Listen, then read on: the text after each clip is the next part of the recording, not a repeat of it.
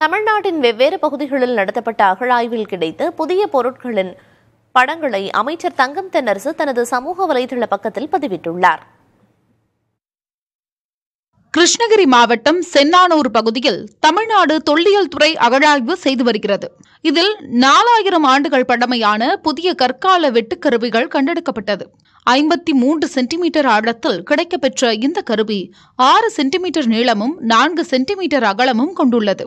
இதேபோல் விருதுநகர் மாவட்டம் வெம்பக்கோட்டை விஜய கரிசல் குளத்தில் நடத்தப்பட்டு வரும் தமிழ்நாடு தொல்லியல் துறை அகழாய்வில் பெண் தலை போல் வடிவமைக்கப்பட்ட கலைப்பொருள் கிடைத்துள்ளது.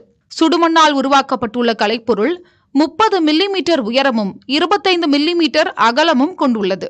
இந்த 2 அகழாய்வின் கிடைக்கப்பட்ட பொருட்களின் புகைப்படம் மற்றும் தகவலை அமைச்சர் தங்கம் தென்னரசு எக்ஸ் வலைதளத்தில் பதிவிட்டுள்ளார்.